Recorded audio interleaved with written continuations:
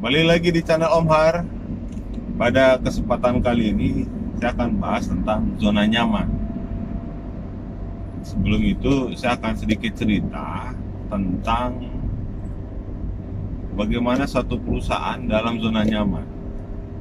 Jadi mungkin di antara kita anak milenial yang sudah seniornya milenial itu di awal tahun 2000-an atau di akhir tahun 90-an, bagi yang memiliki handphone pasti ingat merek Nokia. Di zaman itu Nokia memang menjadi top market di dunia.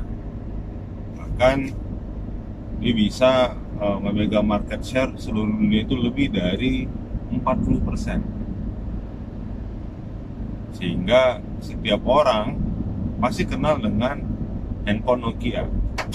Hampir setiap seminggu atau 2 minggu Nokia selalu ada seri-seri yang terbaru. Bentuknya mirip-mirip aja. Jadi secara fisik ada perubahan. Kemudian kita lihat pada tahun 2005-an atau tahun 2006-an, penjualan Nokia itu menjadi menurun. Kenapa? Karena adanya BlackBerry. Nah, dulu zaman kita Nokia itu kita hanya kalau komunikasi itu telepon sama SMS. Tapi dengan datangnya BlackBerry itu ada BBM. Jadi semua orang pakai BlackBerry. Jadi dulu masih ingat nggak? PIN-nya berapa? Sekarang nggak ada lagi tuh pakai BBM ya. Saat itu Nokia nyaman dengan penjualannya, dengan produk-produknya yang banyak, sehingga dia bisa memiliki market share yang besar. Datangnya BlackBerry dengan satu inovasi baru, dia bisa membuat satu layanan komunikasi sesama BlackBerry, yaitu dengan BBM tadi. Setelah BlackBerry, timbullah zamannya Android. Jadi open source, semua aplikasi bisa kita download secara gratis. Dan BlackBerry pun jadi menghilang, nggak ada lagi. Ada nggak sekarang pakai BB? Saya yakin kalaupun ada ya mungkin segelintir orang lah ya. Nah, ini kita lihat bagaimana Nokia yang di zona nyamannya dia hanya terus berinovasi di modelnya, tapi di fitur-fiturnya dia terbatas. Ada BlackBerry juga sama dengan fitur-fiturnya, BBM-nya, tapi dia tidak kembangkan lagi. Dan akhirnya ada Android. Android ini yang terbuka, open source. Dia bisa mendownload, kita bisa mendownload aplikasi-aplikasi apa saja. Ada tempatnya, Play Store. Contoh yang berikutnya adalah ojek online dengan ojek pangkalan. Ini yang paling gampang kita lihat.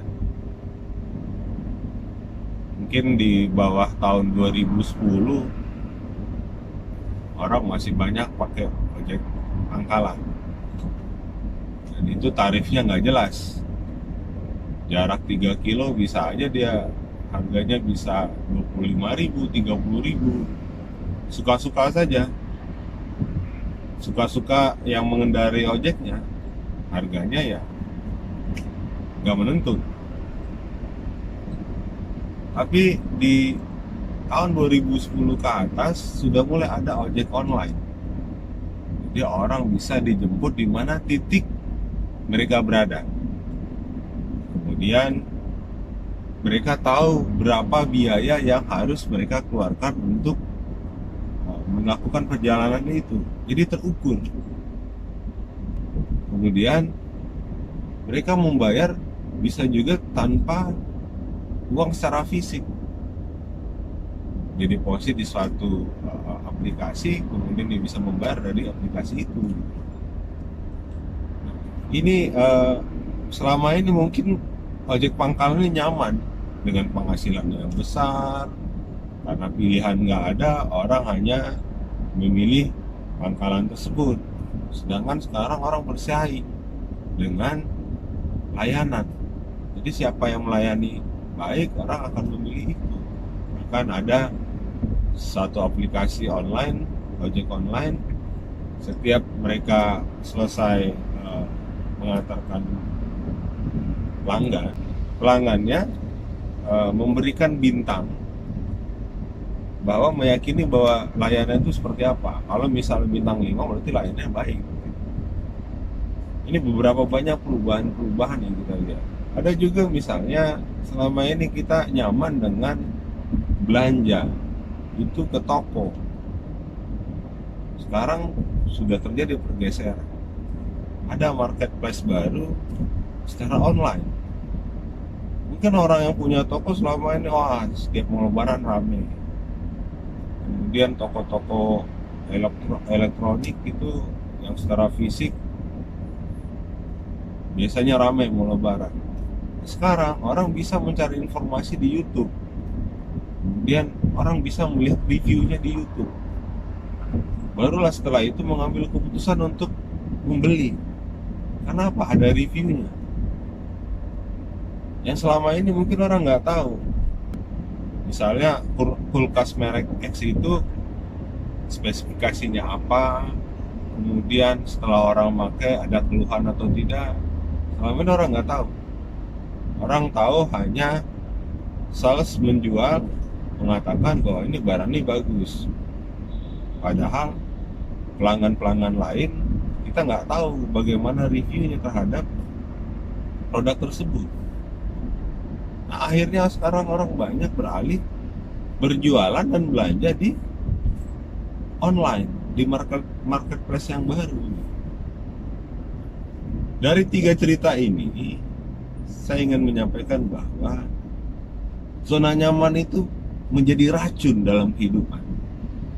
Memang manusia ini ditakdirkan untuk mencari kenyamanan.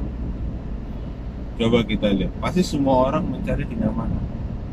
Tapi di saat kita terlena dengan kenyamanan, kita akan hancur.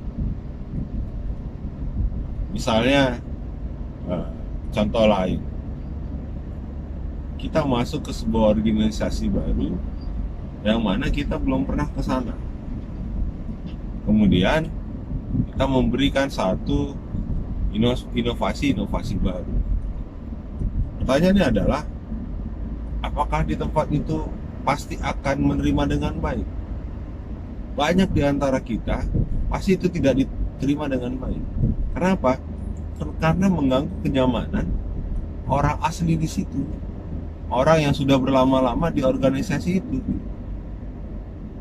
Pasti dengan kata-kata, ya kita nggak mungkin lakukan ini. Kenapa? Karena kita udah terbiasa seperti ini. Ini adalah cara-cara yang paling baik, cara-cara yang paling bagus yang selama ini kita lakukan. Sulit untuk kita lakukan itu. Gak mungkin. Orang selalu membuat pemikirannya negatif dengan hal-hal yang baru, padahal belum dicoba. Itu banyak terjadi. Maka orang-orang yang berada di zona nyaman itu, dia sulit akan berkembang. Sangat sulit untuk berkembang. Dia sudah asik dengan sistem yang terbangun. Misalnya dia mengelola organisasinya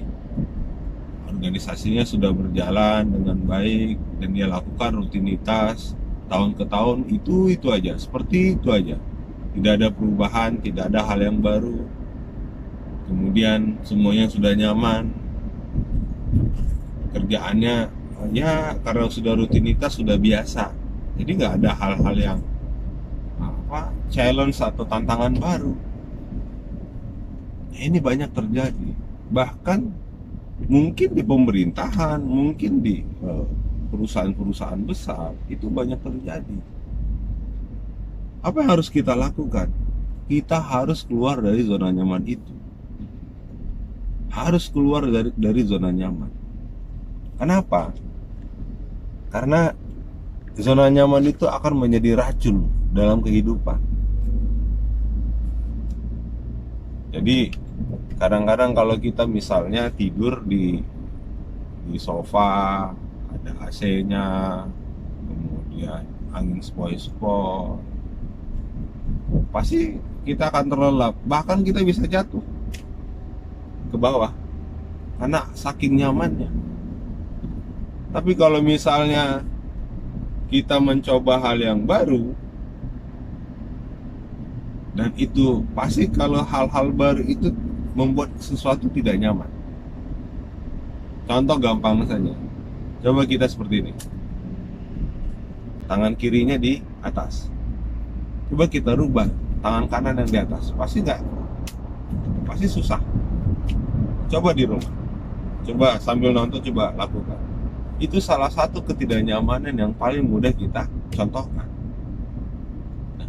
Karena ketidaknyamanan itu merubah suatu kebiasaan. Kita mungkin kerjaannya jadi berlebih, berpikirnya menjadi berlebih, ya kan? Effortnya jadi lebih. Ini yang akan menjadi suatu tantangan bagi orang yang ingin berubah. Ada sebuah pepatah dari Albert Einstein. Dia mengatakan, untuk mendapatkan hasil yang berbeda dan kita melakukan hal yang sama, itu adalah orang gila. Jadi kalau kita ingin mendapatkan hasil yang berbeda, kita harus lakukan hal-hal yang berbeda. Kalau kita ingin mendapatkan hasil yang lebih, lakukan hal lebih. Kalau kita ingin mendapatkan perhatian lebih, berikanlah perhatian yang lebih. Mungkin ini yang dapat saya sampaikan. Jika ini bermanfaat, silakan share kepada teman-temannya. Jangan lupa klik subscribe, like, and share. Terima kasih. Wassalamualaikum warahmatullahi wabarakatuh.